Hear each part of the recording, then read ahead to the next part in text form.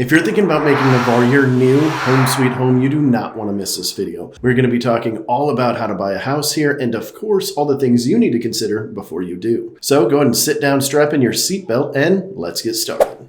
So let's talk a little bit about what we're seeing in the market here in Navarre so that you have some realistic expectations on what you're going to see. So we are still technically called a seller's market right now due to the amount of inventory that we have here. However, it's really behaving more kind of like a neutral, almost buyer's market. We're seeing things sit on the market a little bit longer because there is some buyer hesitation with the interest rates being what they are. People are still kind of getting used to it. There's a lot of doom and gloom that we're seeing that people are talking about. So folks are a little bit scared, they're a little more hesitant, they're a little bit more picky, they're a little bit, kind of wishy-washy, still kind of on the fence. So we're seeing things sit a little longer. We're seeing sellers give out some better incentives that we've seen here recently. So even though it's technically a seller's market, we're actually seeing a lot of concessions being made in the buyer's favor, which is great for you. Now, what does that mean for you? So it's kind of a seller's market on paper, but kind of acting like a neutral market. So what that means is you can expect to pay near list price. And what I mean by that is right now, over the last year, they've been paying about 97% of the list price, of course, when it's priced appropriately. We always have to caveat that because some sellers want to go a little bit more aggressively and some choose an agent that doesn't price appropriately. So that's always something to consider. But 97% of what the purchase price is going to be about the average. So as a buyer, this means that you can get about 3% off, or you can turn that into, hey, let's go ahead and pay list price, but let's get some of our closing costs paid for, or better yet, right now, getting your rate bought down so that you can get a little better interest rate. Now, we're hovering around the sevens as the time that we're shooting this video, and that's still historically pretty dang good, but because it's been so great for the last 3 or 4 years, it doesn't feel good to us buyers, right? So this is another way that you can help alleviate some of that and buying that rate down so that you're not taking that big hit on your payment. If you are considering purchasing in the area, then the first thing that you want to do is watch our videos and then give us a call because,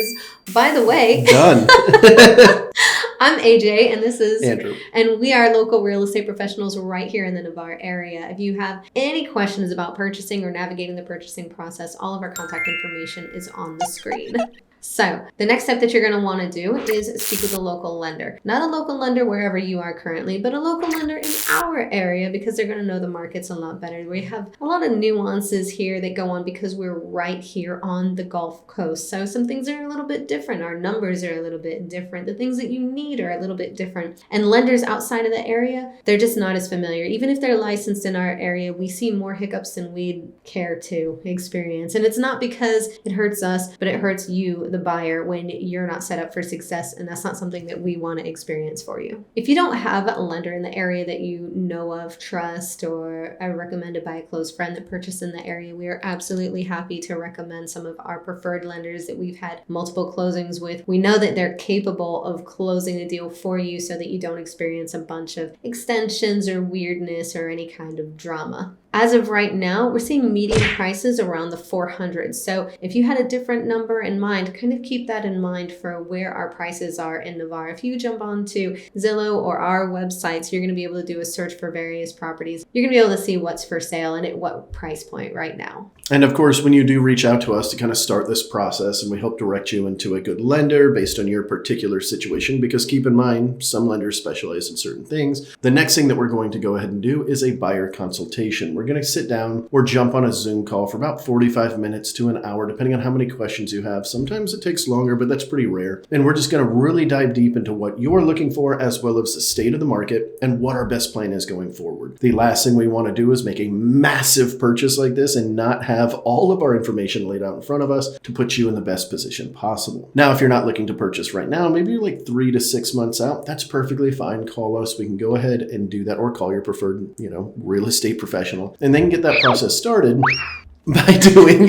by setting up a home search for you so that you can actually get all of the data that you've got, because it's not all syndicated on Zillow and Trulia and Realtor.com or Redfin, whatever you're searching on. Keep in mind that not all properties are on there. Once we have all of that information, we can help you find that property, put you on searches so that you can study the market and actually understand what the prices are going for, so you're not surprised when you actually go home shopping. That's never fun. And then, of course, by doing that, we can also help match you up with off-market properties, should that be be a good option for you. This means you don't have to compete, because keep in mind, even though it does kind of feel like a neutral market, it is still technically a seller's market, and a lot of our sellers are still in that mindset, so they're negotiating a little bit heavier. So if you find an off-market property, or we have an off-market property or coming soon property for you, you can definitely get a more win-win situation happening there, get a little bit off the price, because they're not going to have to show it to 200 people. Something that we pride ourselves on here at the Emerald Group is really pairing people to the right location, because each of our areas kind of has a different personality, and depending on what you value, what you like to do outside of the home besides work, because we all have different hobbies. Maybe you like golfing. I don't do that all that often, but not anymore.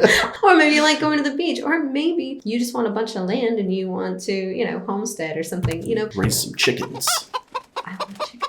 I wish my HOA would let me have chickens. But anyways, see, if you really want chickens, you can't live in my neighborhood. You can't have an HOA. So these are things that we really like to get into the nitty gritty of and see, what do you want to use the property for? How long do you plan on being there? What's your exit strategy later on? Do you want a rental empire, or do you want to stay in this house forever? Do you want to have multiple houses? What are your goals? The more we can delve into that, the better we can help you fully attain your goals. Speaking of the different areas that you might want to consider, if you're set on Navarre and you just need some kind of neighborhood guidance, we're going to go over 5 of our most popular neighborhoods here in the area. Obviously, the biggest one, the one that everyone's going to know, is Holly by the Sea. This place is huge. It's a massive development. They've still got new builds going on there. Their footprint is insane. It's probably a quarter of all of Navarre, to be completely honest. Yeah, at a minimum. I mean, because of the fact that they have so much space for, also their recreation, the waterfront side, they've got pools. Their amenities are just basketball courts, volleyball courts, RV camping,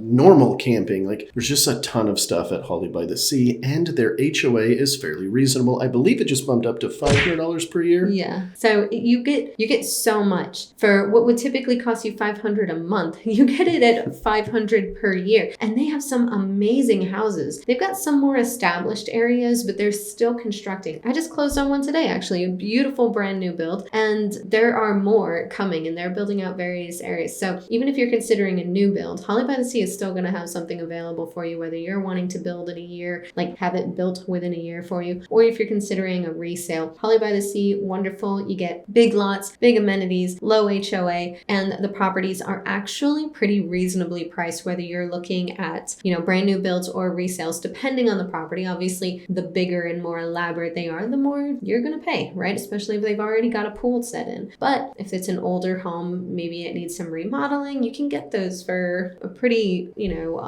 reasonable price. There you go. Now, if you're looking to be more on the east side of Navarre, a little bit closer to maybe Hurlburt Field and Eglin Air Force Base, if maybe you're traveling or commuting east, then Cottages at East River is another good option. Now, this is kind of northeastern, so it is tucked away a little bit, and that's one of my favorite parts about this little neighborhood. It is not a huge neighborhood. It's nothing in comparison to Holly by the Sea, obviously. It's got nice hardy board construction. They're a little bit newer, so you're not going to expect as many of the, things that you're going to have to do with an older home for the most part. Of course, there's always duds out there, but for the most part, you're going to be a little bit maintenance free. Another one of our local favorites is, of course, Navarre Beach in general. Can't go wrong there. It's just everything that it sounds like. It's Navarre and it's the beach. It's incredible, except when there's traffic. Not so incredible. Having, the one access in Navarre, the bridge going north-south to connect you to that, national seashore, and then also all the way over in Pensacola. So you've got those 2 accesses, and during peak season, that is just not enough accesses to get on and off of the seashore. So expect a little bit of delay there, or just, keep your house well stocked with all of your required foods and stuff. There are a couple of restaurants over there, so you always have, the ability to go grab something to eat. There's a Tom Thumb over there, so you can go get some, snacks. I wouldn't say groceries per se, but I would hope not. I hope that's not where you do your grocery shopping. If it is, look, I'm not here to judge, but sometimes convenience is key. Look, I get it. We're all busy, but you do have quick access to shopping, whether it be groceries or otherwise, just on the north side of the bridge. But you have the amazing benefit of living walking distance to the Gulf, and because Navarre Beach is, such a small strip of land, you also have the ability to go onto the Sound. So whether you want to experience, some brackish water, go do your paddleboarding, kayaking, what have you over there on the Sound, you have that ability. Or if you want to be a little bit more adventurous and do those same activities out on the Gulf and get slapped around by some waves, you have that ability as well. And then, of course, if you're looking to be a little bit closer to base, again, a little bit more on the east side, dodge some of the traffic, not worry about the beach as much, still have quick access to it, you've got Crescent Shores. And there's a bunch of smaller neighborhoods very similar to Crescent Shores. That's why we chose it for our list. It is a smaller neighborhood. It's kind of off the beaten path. It doesn't really seem like it doesn't seem like you're in a big neighborhood with an HOA or anything like that. It's right off 98, so you've got quick access to everything, but you don't have to worry about, well, all the stuff that you would if you were in the main portion of Navarre, such as traffic. This next one isn't really like a single neighborhood. These are just little like offshoots on the south side of 98. If you're driving through Navarre, you're going to see a bunch of roads heading, directly south right off of 98. You're going to see these little like kind of pocket neighborhoods, and there are tons of them. Lots, yeah. Yeah, the majority of them are going to have actual sound access, but you really want to look into it, or let us know and we will look into it, because even though they look like they have water access, like they're going straight over there, some of them actually don't, and you'll be like trespassing on people's private property to actually access the water, and nobody wants that. This is a stand your ground state, so don't go trespassing on anyone's property. Hopefully you'll make friends with the neighbors and they'll allow you a pathway, if that is the case, but don't just make the assumption, like, let's find out first, and if water access is something that you really want, like, let's make sure it exists, not through somebody's private property. Yeah, and keep in mind too that a good chunk of them do have access. They'll have a little pavilion out there, maybe just a walkway to it, but not all of them. And for those curious, the sound side is that brackish water that Miss AJ was just talking about. So it's kind of the water between the Gulf of Mexico and the island that is Navarre Beach, essentially. Now, the distance between schools, amenities, and,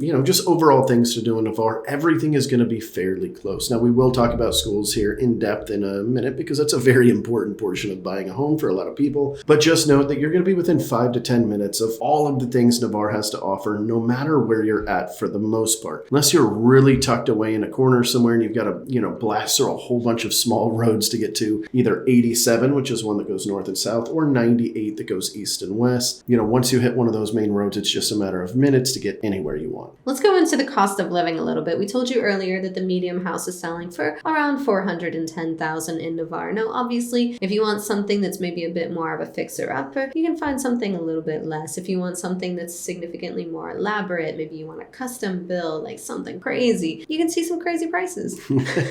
For average homes, we're seeing about $2,500 to $3,000 for your property taxes per year. And we're seeing anywhere from around $2,000 to $2,500 per year for your insurance. That's not including flood insurance. That's going to be something additional. And depending on what your flood zone is, yes, they vary in our area. Even just in Navarre alone, we're going to see some different flood zones. We're going to see some variety there. And those are going to come with different premiums. Now, just keep in mind that most of the homes, I'd say probably around 80 to 85%, are not in a floodplain. You do not have to carry flood insurance. And if you do, it's going to be about $400 per year if you just want that extra layer of safety. Now, when we're looking at cost of living, it's very hard for us to put a tangible number on there. So we're going to compare it with the national average so you can kind of figure out, hey, where are you at? Google your city, figure out where it is on the national average. If it's around the same, you know that it's about the same. If it's more expensive, less expensive, you get the point. So the overall, if we're just putting it all in one big bracket, we're about 5% lower than the national average. Out of the three big things that we look at, which is housing prices, utilities, and groceries, two of them are lower than the national average. Housing is about 9% lower than the national average, and groceries are about 2% below the national average. So it's basically about even. Now, the one that is higher and the one that,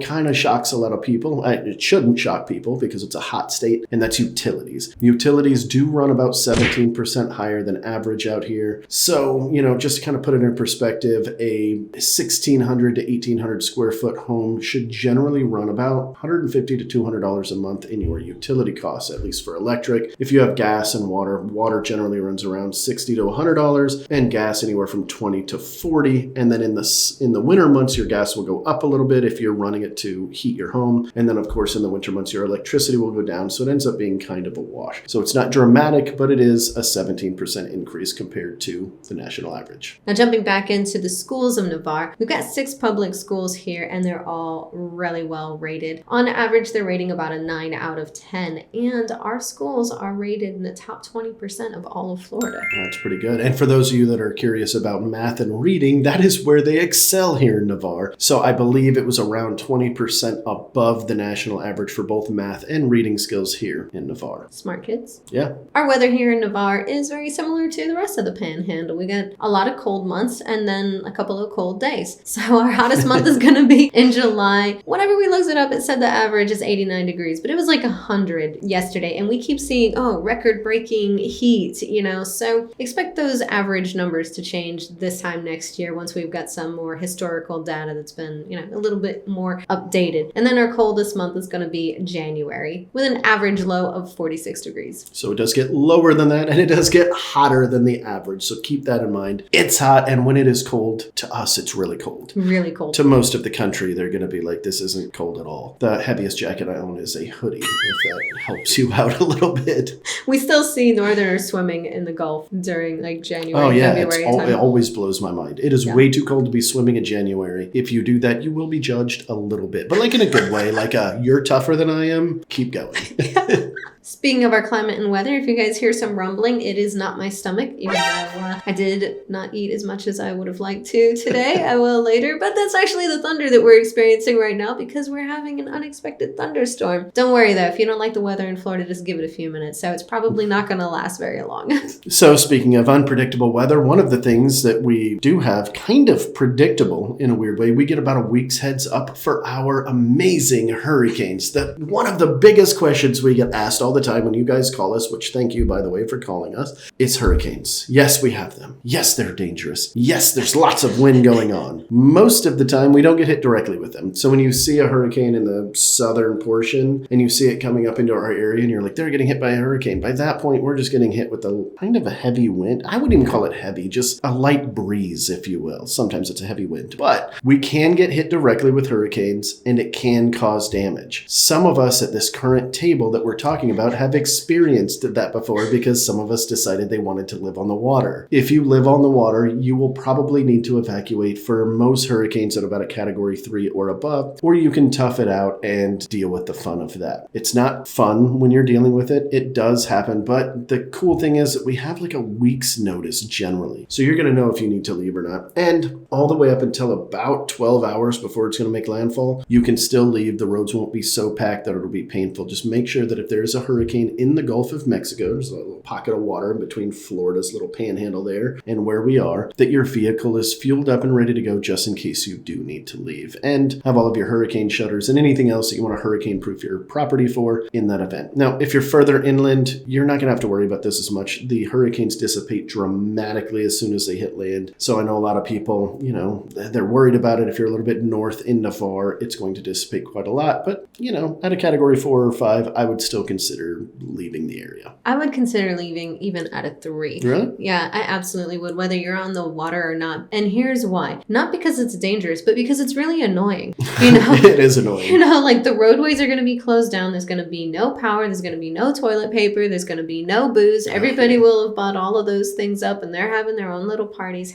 #Florida man. And maybe they don't want to share. And you don't want to deal with that, especially because it's still hot out during our hurricane season. So being there without electricity, not a good time. Our humidity, crazy. Okay, so we talked about like the random things that could happen. Well, not random, but like, hurricanes and hot weather and cold weather. How does this affect your daily life? That's really what matters. During the summer, this is really where it's going to kind of come and play. It's warm. If you're a sweater, okay, not like something like you wear, sweater? but I mean, yeah, no, like you're a person in which sweat a lot during the heat. Keep a towel in your car, things like that. The sun is different here, okay? I don't care what anybody says. The sun is closer in Florida than any other place on the planet. So keep really good sunblock. I keep sunblock in my house, in both of my vehicles, and at my office. There's literally sunblock everywhere. Now that is because I am paler than Casper, okay? I get it. I'm trying to protect my skin, but you should probably do the same. Even if you're not prone to sunburns, it is going to beat you up. Just driving with your arm out the thing, you get a little driver's arm, a little driver's burn. It's not a good time. So keep that in mind. You're just going to have to prep for a little bit of that, especially if you're fair skinned like I am. And then it is going to be hot, so you don't want to spend a ton of time outside, especially if you're working in a professional setting or something like that, and you come back with pit stains because you wanted to eat tacos outside. These are all things you need to consider, but all in all, once you live here for one season, you get it, and you will make adjustments according. For the winter, we don't really have to worry about that much because it's kind of cold, but it's very bearable. The other thing I want to add to that is just always keep water with you. I'm huge on hydration. We see people fall out over here all the time. Keep water in like a little hidden cooler, something in your car. You don't want to leave it sitting directly in the sun. Then like the plastic melts, it gets those carcinogens into your water. Like you don't want that. So make sure it's like hidden in the shade, not melting that plastic into the water that you're going to consume. Just keep water with you though, because we see people, they'll just go for a walk without water. And next thing you know, they're having like heat cramps or heat exhaustion. It happens all the time. So if you're going to go for a walk outside, if you're going to go to the beach outside, especially if you have children, always bring your water. And if you are coming down here to home shop, don't worry, we will have waters in a cooler, nice and iced down for you, ready to go, because just walking in and out of homes for 4 or 5 hours just trying to find the right one is still going to be a little bit thirst quenching. So we got you covered. We have done so many videos on the climates and, hurricane preparedness. So if you have any questions about that after this video, you can definitely go to this link, or maybe it's over there, the one that you see popping up. It's like a surprise. You can just click on that, and that will take you to some of our other videos that discuss this more in depth. And we'll go ahead and put a link down below for our hurricane preparedness guide so that you have that in advance if you're considering moving to the area. And of course, make sure you hit the subscribe button so that you'll be up to date on all of the amazing up-to-dateness that we do. That's a real word. It is now. Up-to-dateness. Up-to-dateness. Let's get into some of the more fun stuff. Yeah. Oh, thank gosh. That was like crazy weather stuff. Let's get into fun. What do we have? We've got all kinds of things. So much room for activities. So we really do though. Like we've got the beaches and we've got the sound. And we talked about that earlier and how, you can do your paddleboard, kayaking, what have you. But jet skis are awesome out here. Boats, Snorkeling. Sorry, I'm interrupting, but whatever. It's awesome. We've got, some man-made reefs, like artificial reefs that you can snorkel out to. Those are cool. They just did a whole bunch of them too. Yeah. In different shapes and stuff. Anyway, sorry, going off subject. But they're awesome. Also, I don't care what anybody says, the best time to go to the beach is early in the morning before anyone else gets out there because all of the wildlife is like, our turn. So you're like checking out dolphins, stingrays, and sharks, and they're just like swinging around. And they're just like, sup guy? And they're just happy because, they're in the water at the beach during the sunrise. It's when I'm happy to be there. I don't know. Maybe that's their coffee. I don't know. But they're really cool and they're always there at the beach at sunrise and you can get the best shells at that time. So if you're less of an adrenaline junkie, more of like a calm morning person, it's a great time to get out to the beach, get your meditation on, get your chill on, and get a really great spot before everybody else swarms the beach and then there's no parking. And then of course, in a short distance away, you've got the Blackwater River. You've got a ton of stuff up there in Blackwater. It's not just that. Hiking, biking, trails, zip lining. Yes, that's true. I forgot about that. And if water things are not your thing, we have an amazing zoo. I don't know what I was about to say, but an amazing zoo. It's got animals and other animals, and it's got like albino peacocks. I don't know why that's what I remember, but they do. It's been a long time since I've been to the zoo. We've got one right here in Gulf Breeze, so it's not technically Navarre. You are going to have to drive about 8 minutes depending on where you're at in Navarre. And then, of course, we've got one up in Crestview as well. I've never been to that one, but heard it's actually pretty decent too. Yeah, actually, we have a video on it where I compared the two. So cool. We can put a little video thing here. If you guys really like zoos, you can check them out. We got a video of the Emerald Coast Zoo, yeah. And then we've got the Crestview Zoo, and then we've got a video comparing the two. So check them all out after this one. If you like zoos, we've got zoo comparisons out the wazoo for you. Oh, God. So we talked about the fun stuff. Let's talk about the scary stuff. Ooh. Yeah. What's the crime like now? Oh, gosh. I don't know. Scary? Actually, Navarre's kind of on average, like with the rest of the nation. So it's a pretty chill spot. You're not going to see more crime here than you're going to see, in any just regular kind of run-of-the-mill area. Our violent crimes fall beneath the national average. Ooh, that's good. Yeah, so I guess you would say it's a little bit safer. Unless you're going swimming at the beach and you don't know how to swim, in which case, it's more dangerous, compared to the rest of the national Swimming average. is a good thing if you're going to be in the beach. As long as you know how to swim. Yes, that's what I mean. Now, we can't go over all the ins and outs for every single neighborhood, so we're going to give you some tips for assessing crime in a city. There are multiple websites that do this. One of my favorites, and I hate pushing you guys to a real estate website that is not ours, which is emeraldgrouphomes.com, in case you were curious, in case you guys wanted to go visit it. Trulia.com actually has a really good crime map, and it's going to basically give you a color-coded version of like, hey, these areas are a little bit more unsafe, these are a little bit more safe. And what's really cool is you can actually zoom in and it will tell you the exact crimes that happen. So even though you see an area that's like, this does not look super safe, and you zoom in and it's like 3 DUIs happened in the last 3 weeks, and that's why it's showing that it's a little bit more crazy over there, that will kind of help you a little bit determine whether or not it's a safe or not area. So you can kind of make that judgment call yourself. If you're here locally, some of the things that you can do is drive the neighborhood at night. See who's hanging out. That's a good idea. Who's hanging out there at night in the dark hours? Are you seeing people walking around in dark hoodies doing something suspicious? If you are, make sure you call 911 during that drive. And you can also talk to the neighbors. It might seem kind of weird, but maybe don't like do a drive-by and talk to little kids. But if you see some like parents hanging out outside, maybe someone's having a barbecue, maybe, you're looking at a house and you see a neighbor, out there watering the yard, because it's hot out and sometimes our plants need extra water. Just have a conversation with them. Hey, we were interested in the neighborhood. Like, what do you think? What's it like? Are you considering selling? And if they are, send them our number. Or do you want to stick around here? What have you noticed? Would you want your children to move here?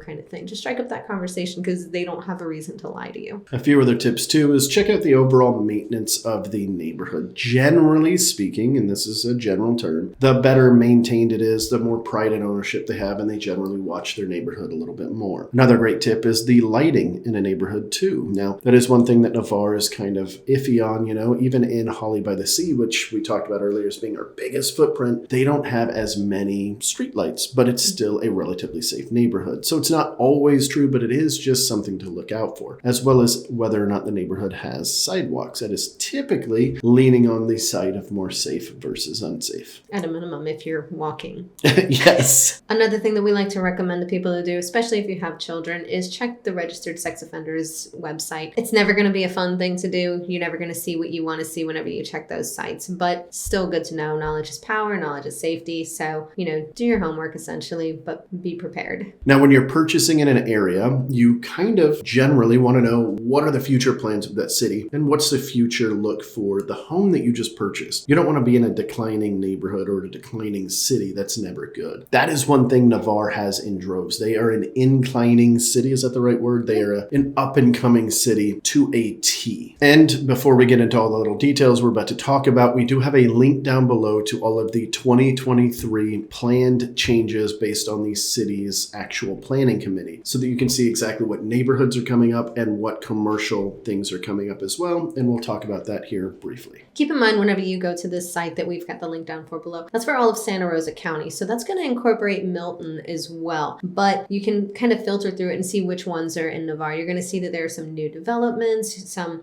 residential new developments, and also, like Mongo said, some other commercial developments as well. So if you're like, I really, really want to be next to Aldi's, we just got an Aldi's. So, it's very helpful, especially if you're kind of toying with the idea of either Navarre or Milton, since Milton has some great schools as well. Now, how is this going to affect your property values in the future? Well, in my personal opinion, based on all the cities that I'm seeing in our experience, this is going to increase property values. In fact, we've been seeing that for about the last 6 to 8 years. Navarre used to be one of those places we would kind of direct people to if they wanted very affordable housing, but still be in the mix of everything and be close by. And over the last 6 to 8 years, it's been kind of increasing, and it's actually kind of matched some of the cities around it. So it's already been on that trajectory for about 8 years, and I believe it is going to continue that way. In fact, I've been telling people for about 4 years, 5 years, something like that, that I personally believe Navarre will be the new Destin eventually. Maybe not in the nightlife aspect or anything like that, but as far as the property values and the overall value in the city in general. If you're still with us, then you must have found something super beneficial to our video, or we were just really funny and you like us for that reason. So either way, we deserve that thumbs up. So if you would, go ahead and click on that for us so other folks know that this is a great video for them to watch, and we will see y'all at the next one. Thanks, guys. Bye.